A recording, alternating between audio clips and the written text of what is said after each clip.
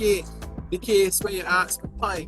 Like in Barbados, a pastry is flaky, but in Brazil, you might say massa folhada for that. Why? Because you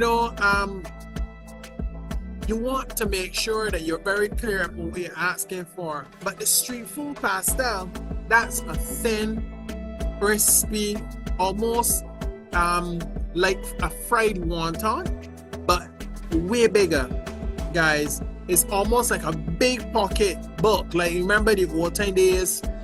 They had those pocket purses for the women who carry to church with the exactly that size.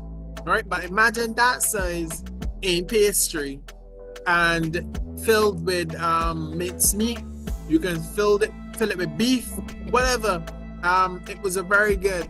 But look, this is where the lexical confusion come in for me, guys, for real, right? Because food words don't differ only in flavor, guys. All right, they shift across countries and also tongues, because Portugal and Brazil are pretty much very similar, yet they do things differently. That's why we're bringing you European Portuguese, Brazilian Portuguese, Barbadian dialect, and English.